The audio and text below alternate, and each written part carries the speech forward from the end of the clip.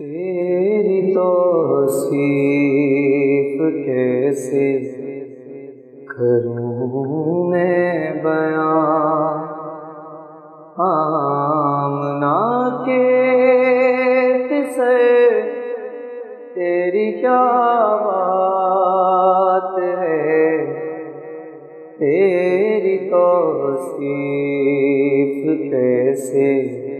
اعوذ باللہ من الشیطان الرجیم، بسم اللہ الرحمن الرحیم۔ السلام علیکم ورحمۃ اللہ وبرکاتہ۔ قائم ٹی وی کراچی اسٹیشن سے سیرت صادقین پروگرام لے کر میں آپ کی ہوسٹ بطول زہرا حاضر خدمت ہوں، اور ہمارے ساتھ ہماری اس سلسلے کا تیسرا پروگرام ہے۔ ہمارے ساتھ ہماری مہمان مذہبی scholar P H D doctor جناب ثروت عسکری صاحبہ، اور بہترین شاعرہ۔ آپ نے پچھلے 2 پروگراموں میں ان کی شاعری سنی ہے، ماشاءاللہ بہت ہی بہترین شاعری ہے، اور ہمارے ساتھ موجود ہیں۔ السلام علیکم۔ وعلیکم السلام۔ آج ہمارا تیسرا پروگرام ہے سیرت صادقین کو لے کے، تو اس میں ہم آگے بڑھاتے ہوئے سوال حضور صلی اللہ علیہ وسلم کی ذات مبارک کے بارے میں ہی کریں گے، اور بچپن کے اخلاق حسنہ پر آپ اس میں روشنی ڈالیں۔ بسم اللہ الرحمن الرحیم۔ السلام علیکم بطول، میں آپ کو، آپ کی پوری ٹیم کو، اور قائم ٹی وی کینیڈا کے توسط سے جہاں جہاں پر عالم اسلام میں یہ ٹرانسمیشن دیکھی جا رہی ہے، ان سب کو ولادت رسول خدا صلی اللہ علیہ وآلہ وسلم کی مبارکباد پیش کرنا چاہتی ہوں۔ اور کائنات کی تقدیر تبدیل ہو گئی، عقائد و جہاں والی کون و مکان، تاجدار انبیاء و مرسلین، ختم انبیاء و مرسلین، سید و سردار انبیاء و مرسلین، احمد مجتبیٰ محمد مصطفیٰ صلی اللہ علیہ وآلہ وسلم کی آمد بسعادت سے۔ اور میں چاہتی ہوں کہ آج کے پروگرام کی ابتدا بھی اپنی ہی ایک نعت کے چند اشعار سے کروں، اس لیے کہ یہ داخل ثواب ہونے کا مسئلہ ہے۔ میں چاہتی ہوں کہ ایک ایک لفظ یہاں پر ہمارے لیے اجر و ثواب کا ذریعہ بن جائے۔ بے شک۔ کہ یہ ابو طالب کے گھرانے کا کرم کیا کہنا، سبحان اللہ۔ یہ ابو طالب کے گھرانے کا کرم کیا کہنا، نعت کہتی ہوں تو تائید قلم کیا کہنا۔ آمنہ بی بی کے گلشن میں بہاریں آئیں، آمنہ بی بی کے گلشن میں بہاریں آئیں، تا قیامت ہوا یہ ابر کرم کیا کہنا، اور شاہ بطحہ کے گھرانے کی میں مداح ہوئی، شاہ بطحہ کے گھرانے کی میں مداح ہوئی، کیا کہوں خوب ہوئی نظر کرم کیا کہنا، اور آمنہ بنت وہب آپ کے قربا جاؤں، آمنہ بنت وہب آپ کے قربا جاؤں، گود میں آ گیا وہ تاج حرم کیا کہنا، اور بس مدینہ مجھے ایک بار دکھائیں آقا۔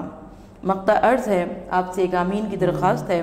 کہ بس مدینہ مجھے ایک بار دکھائیں آقا، انشاءاللہ آمین۔ بس مدینہ مجھے ایک بار دکھائیں آقا، سنیے ثروت کی دعا شاہ امم کیا کہنا، سبحان اللہ۔ یہ ابو طالب کے گھرانے کا کرم کیا کہنا، نعت کہتی ہوں تو تائید قلم کیا کہنا۔ سبحان اللہ، سبحان اللہ۔ حضور نبی کریم صلی اللہ علیہ وآلہ وسلم کی ولادت بسعادت، جیسا کہ میں اس جملے کو دوبارہ دہرا رہی ہوں کہ کائنات کی تقدیر بدل گئی، صرف سرزمین عربستان کی نہیں، صرف قبیلہ قریش کی نہیں، صرف خاندان بنو ہاشم کی نہیں، بلکہ کائنات کی تقدیر بدل گئی، اس لیے کہ اللہ کا آخری نبی خاتم النبیین و مرسلین کائنات میں تشریف لائے۔ حضور نبی کریم صلی اللہ علیہ وآلہ وسلم جب دنیا میں تشریف لائے، ربیع الاول کا مبارک مہینہ تھا، تو آقا صلی اللہ علیہ وآلہ وسلم کے جو اخلاق حسنہ تھے وہ ہمیں کم سنی سے نظر آ رہے تھے۔ یقیناً کیا کہنا اس شخصیت کا کہ جس کو پروردگار عالم قرآن مجید میں فرمائے کہ اِنَّکَ لَعَلیٰ خُلُقٍ عظیم، یعنی آپ خلق عظیم کی سند پر فائز ہیں۔ لیکن یہ تو 40 برس پہ جب اعلان رسالت کیا تو اس کے بعد کی باتیں ہیں، یعنی قرآن مجید کا نزول اس کے بعد ہوا، آیات الہی اس کے بعد میں نازل ہوئیں، مکے کی سرزمین پہ لوگوں کو معلوم یہ ہوا کہ آپ خلق عظیم کی سند پر فائز ہیں۔ لیکن یہ تو بچہ وہ بچہ ہے جو کہ مکے کے تمام کفار اور مشرکین بچپن سے اس بچے کو دیکھ رہے ہیں اور اس کے عظیم اخلاق حسنہ کو دیکھ رہے ہیں۔ کوئی ان کی شرافت کی قسمیں کھاتا تھا، کوئی ان کی نجابت کی قسمیں کھاتا تھا، کوئی ان کی دیانت کی قسمیں کھاتا تھا، کوئی ان کے اخلاق کی قسمیں کھاتا تھا، کوئی ان کے حسب و نسب کی قسمیں کھاتا تھا، کوئی ان کے خاندانی اوصاف کی قسمیں کھایا کرتا تھا۔ اس لیے کہ آقا صلی اللہ علیہ وآلہ وسلم جب تشریف لائے مکے کی سرزمین پر تو آپ کا انداز ہی عجب تھا۔ یہ وہ عجب انداز تھا کہ روایت یہ کہتی ہے کہ مکے کی سرزمین پر جو 9 عمر بچے تھے وہ کچھ خرافات میں مبتلا ہوا کرتے تھے، کچھ واہیات باتوں میں مبتلا ہوا کرتے تھے، لیکن حضور نبی کریم صلی اللہ علیہ وآلہ وسلم باوجود اس کے کہ انہی بچوں کے درمیان میں پل بڑھ رہے ہیں، انہی کے درمیان میں پرورش پا رہے ہیں، لیکن اس کے باوجود آپ کے اخلاق حسنہ دوسروں سے یکسر جدا تھے، اس قدر جدا تھے۔ اچھا ایک جملہ یہاں پر آ رہا ہے، میں چاہتی ہوں کہ اسے آپ کی سماعتوں کی نظر کروں کہ ذہن میں سوال پیدا ہوتا ہے، کیونکہ تمام انبیاء کو کسی کو پروردگار عالم نے خلیل اللہ کہہ کر مخاطب کیا، کسی کو کلیم اللہ کہہ کر مخاطب کیا، کسی کو روح اللہ کہہ کر مخاطب کیا، کسی کو صفی اللہ، کسی کو نجی اللہ کہہ کر مخاطب کیا۔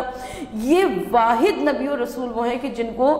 حبیب اللہ کہہ کر مخاطب کیا۔ تو جو اللہ کا محبوب ہو، دیکھیں میں اور آپ اگر کسی سے محبت کرتے ہیں تو ہم چاہتے ہیں کہ اپنے محبوب کے لیے نہ جانے کیا کچھ کر دیں، لیکن جو اللہ کا محبوب ہو وہ پروردگار عالم دو جہان کی نعمتیں عطا فرما دیتا، مگر ایک جانب دنیا میں تشریف نہیں لائے تھے تو یتیم ہو گئے، چند برسوں کے ہوئے 5 یا 6 برس کے سن میں ماں کا سایہ سر سے اٹھ گیا، دادا سے بہت زیادہ انسیت و محبت ہے، دادا کا سایہ سر سے اٹھ گیا۔ یعنی در حقیقت مکے کی سرزمین پر پروردگار عالم اس عظیم شخصیت کی جانب متوجہ فرمانا چاہ رہا ہے کہ جن کے لیے نہ کوئی ننیال ہے، نہ کوئی ددیال ہے، نہ کوئی مکتب ہے، نہ کوئی مدرسہ ہے، نہ کوئی یونیورسٹی ہے، نہ کوئی دانشگاہ ہے، نہ کوئی پڑھانے والا، نہ کوئی سکھانے والا، نہ کوئی بتانے والا، مگر اس کے باوجود آپ کے اخلاق حسنہ اتنی عظیم مرتبت پر حامل ہے کہ پروردگار عالم قسم کھا رہا ہے، آپ کو خلق عظیم کی سند عطا فرما رہا ہے۔ تو حضور نبی کریم صلی اللہ علیہ وآلہ وسلم خلق عظیم کی سند پر فائز ہوئے۔ اچھا آقا صلی اللہ علیہ وآلہ وسلم، کیونکہ سیرت طیبہ کی تواریخ اس امر پر متفق علیہ ہیں کہ بہت ساری مرتبہ ایسا ہوتا تھا، نوعمری تھی، کم عمری تھی، بچپنا بھی تھا، اچھا دیگر بچے بھی ان کو حضور نبی کریم صلی اللہ ابھی تک اعلان نبوت تو نہیں کیا ہے، ابھی تو لوگوں کو نہیں معلوم ہے، تو متوجہ کیا کرتے تھے، اپنے ساتھ ملانے کی کوشش کیا کرتے تھے، لیکن حضور نبی کریم صلی اللہ علیہ وآلہ وسلم کو پروردگار عالم نے ان خرافات سے ہمیشہ محفوظ کر کے رکھا۔ یعنی روایات یہ آتی ہیں، واقعات یہ آتی ہیں کہ جیسے ایک مرتبہ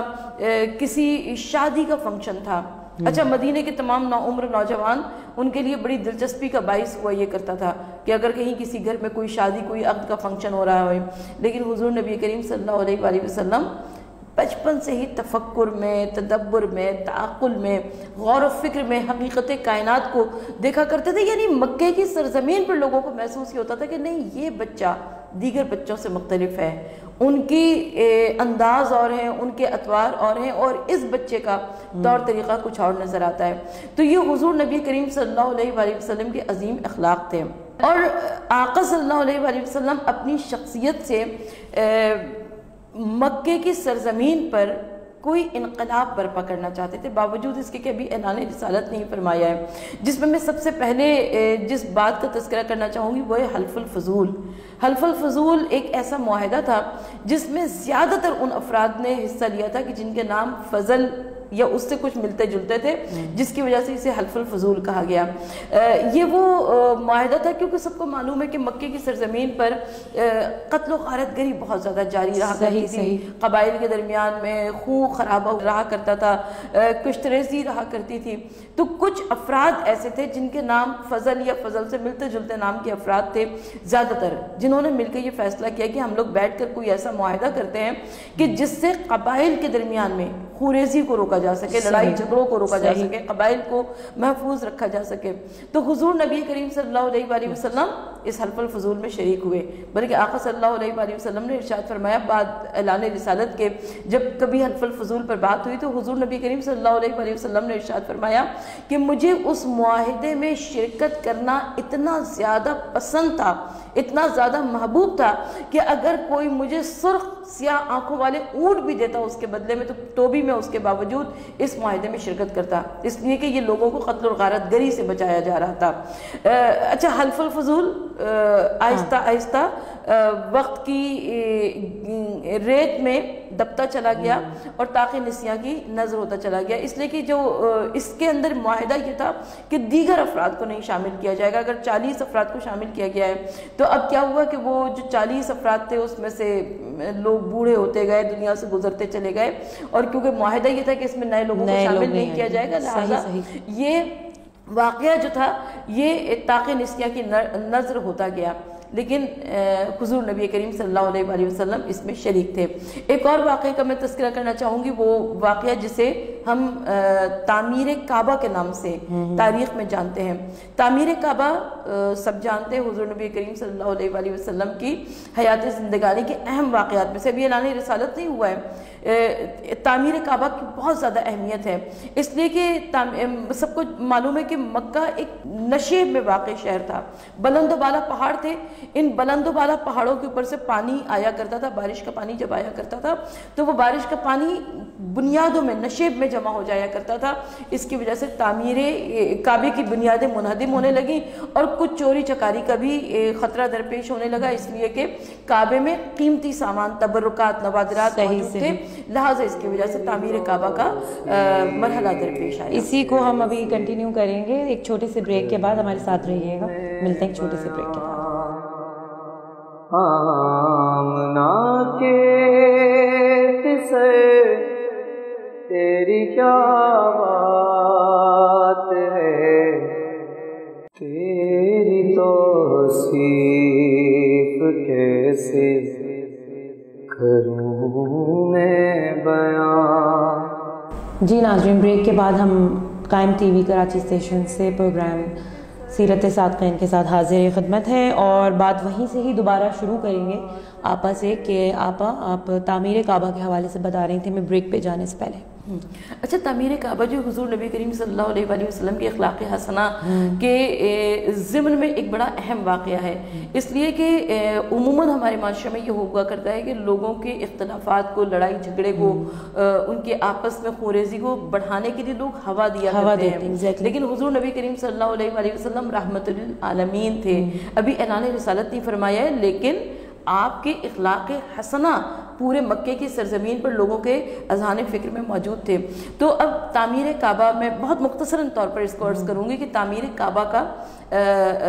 مرحلہ درپیش آیا۔ تعمیر کعبہ جب ہو چکی تو حضور نبی کریم صلی اللہ علیہ وآلہ اب اصلا مسئلہ جو آیا کہ وہ یہ کہ حجر اسود کو کون نصب کرے گا، اس لیے کہ حجر اسود کی اہمیت سے سب واقف ہے، یہ پتھر جنت سے آیا ہوا ہے، حضرت آدم علیہ السلام کا لایا ہوا ہے، حضرت ابراہیم علیہ السلام کا نصب کیا ہوا ہے۔ اب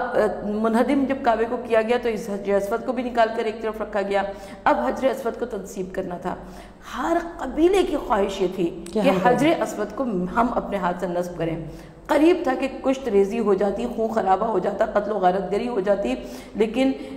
طے یہ پایا کہ کل صبح کو، یہ بھی دلوں میں خیال اللہ نے ڈالا تھا کہ کل صبح کو جو شخص سب سے پہلے خانہ کعبہ کے اندر داخل ہو وہی حجر اسود کو تنصیب کرے گا، کیونکہ اس کے علاوہ کوئی اور حل نظر نہیں آ رہا تھا۔ اب سب انتظار میں بیٹھے کہ دیکھیں کل صبح سب سے پہلے کون آتا ہے۔ سب سے پہلے وہ شخصیت آئی کہ جن کی عظمت کی قسم پروردگار عالم نے قرآن مجید میں کھائی ہے، جن کا چہرہ 14ویں کے چاند کی مانند تھا، ماہ تابہ تھا، جن کی زلفیں واللیل کی قسم کھائی ہے پروردگار عالم نے، جن کے چہرے کی قسم کھائی ہے، جن کی چادر کی قسم کھائی ہے پروردگار عالم نے۔ تو وہ شخصیت جب تشریف لائے تو ایک مرتبہ یہ جو کفار اور مشرکین تھے یہ بے اختیار پکار اٹھے کہ آپ صادق ہیں، آپ امین ہیں، آپ شرافت اور نجابت والے ہیں، آپ نصب کریں گے حجر اسود تو ہمیں کسی کو کوئی اعتراض نہیں ہوگا۔ لیکن یہاں پر بھی ہمیں حضور نبی کریم صلی اللہ علیہ وآلہ وسلم کے اخلاق حسنہ، فہم و فراست اور ان کی شخصیت کی داد دینی پڑتی ہے کہ حضور نبی کریم صلی اللہ علیہ وآلہ وسلم نے آپ اوپر کوئی فیصلہ نہیں فرمایا، آپ چاہتے تو خود حجر اسود کی تنصیب فرما دیتے، لیکن حضور نبی کریم صلی اللہ علیہ وآلہ وسلم نے فیصلہ یہ فرمایا کہ ایک چادر کے اندر اس حجر اسود کو رکھو، تمام قبائل کے سردار کو بلاؤ، وہ ایک ایک کونا پکڑیں اور اس کے مقام سے اس چادر کو لے کر جہاں پر حجر اسود کو نصب کرنا تھا وہاں تک آؤ۔ اب سب کا حصہ ڈل گیا اس کے اندر، اور جو قریب پہنچ گئے تو اس کے بعد حضور نبی کریم صلی اللہ علیہ وآلہ وسلم نے حجر اسود کو اٹھایا اور اپنے ہاتھ سے خانہ کعبہ میں نصب کر دیا۔ تو یہ اتنی اتنا عظیم واقعہ ہے تاریخ کا کہ جسے ہر مورخ نے، یعنی متعصب سے متعصب مورخ تھا، لیکن اس نے تعمیر کعبہ اور تنصیب حجر اسود کو ضرور رقم کیا ہے۔ تو حضور نبی کریم صلی اللہ علیہ وآلہ وسلم کے حیات زندگانی میں ہمیں ایسے بے شمار واقعات ملتے ہیں کہ جہاں پر سرکار رسالت صلی اللہ علیہ وآلہ وسلم کے اخلاق حسنہ ہمیں اجاگر نظر آتے ہیں۔ بہت بہترین آپ نے اس وقت واقعہ سنایا اور ہمیں بتائی ساری تفصیل، اور پروردگار عالم ہمیں توفیق دے کہ ہم رسول کے اس اخلاق سے سیکھیں اور اپنی زندگی میں ان چیزوں کا امپلیمنٹ بھی کریں۔ اسی سے ریلیٹڈ میں آپ سے اگلا سوال یہ کرنا چاہ رہی ہوں کہ دشمن یعنی تعریف وہ جو دشمن کرے،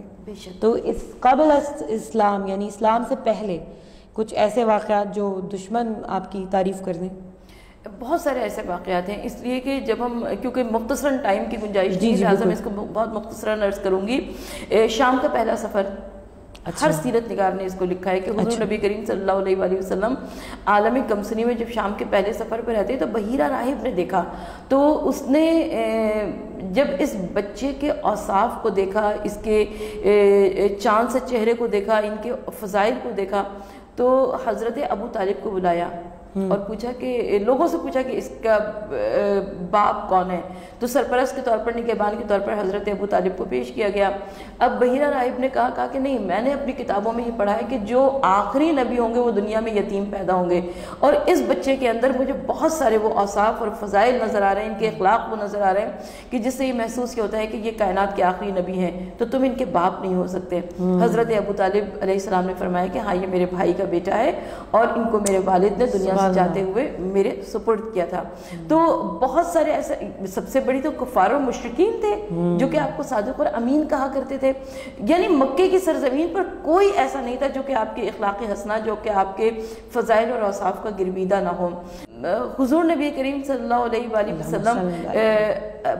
چھوٹے تھے عالم کمسنی میں، ایک مرتبہ آپ گمشدہ ہو گئے، غائب ہو گئے۔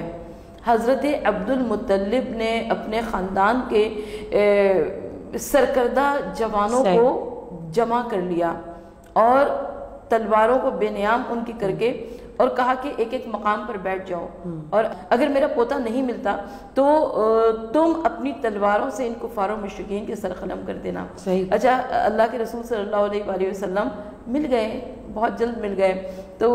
حضرت عبد المطلب نے فرمایا، کہا کہ میں نے یہ انتظام کر رکھا تھا، یعنی حضور نبی کریم صلی اللہ علیہ وآلہ وسلم نے نہ صرف ایک اعلان رسالت کے بعد اپنے جانی دشمنوں کو معاف فرمایا، یعنی فتح مکہ کی جب ہم بات کرتے ہیں تو یہ ایک ایسا انقلاب تھا، ذہنی اور فکری انقلاب تھا کہ سب کو معلوم ہے انقلاب کے راستے میں پھولوں کی کہکشائیں نہیں ہوتی، انقلاب کے راستے میں ستاروں کی کہکشائیں نہیں ہوتی، پھولوں کے غنچے نہیں ہوتے، بلکہ انقلاب کے راستے میں سروں کے مینار استادہ ہوتے ہیں۔ یہ کائنات کا پہلا واحد آخری فاتح تھا جو کہ ان کا سفید پرچم لہراتا ہوا داخل خانہ کعبہ ہوئے، اور وہاں پر آپ نے ارشاد فرمایا کہ جو اپنے گھر میں پناہ لے لے اس کے لیے بھی امان ہے، جو خانہ کعبہ کے حرم میں آ جائے اس کے لیے بھی امان ہے، جو ابو سفیان کے گھر میں آ جائے اس کے لیے بھی امان ہے۔ یعنی آپ نے زبان حال سے ارشاد فرمایا کہ جو دلوں کو فتح کر لے وہی فاتح زمانہ، یعنی حضور نبی کریم صلی اللہ علیہ وآلہ وسلم کے عظیم اخلاق، اور اس عظیم اخلاق کا جو کائنات میں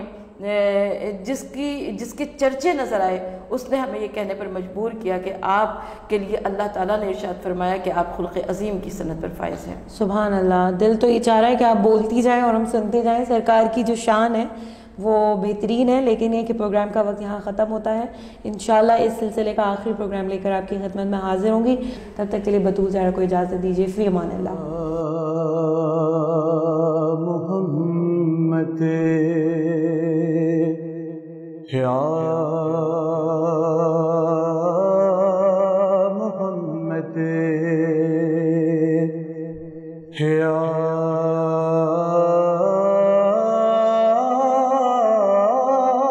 محمد۔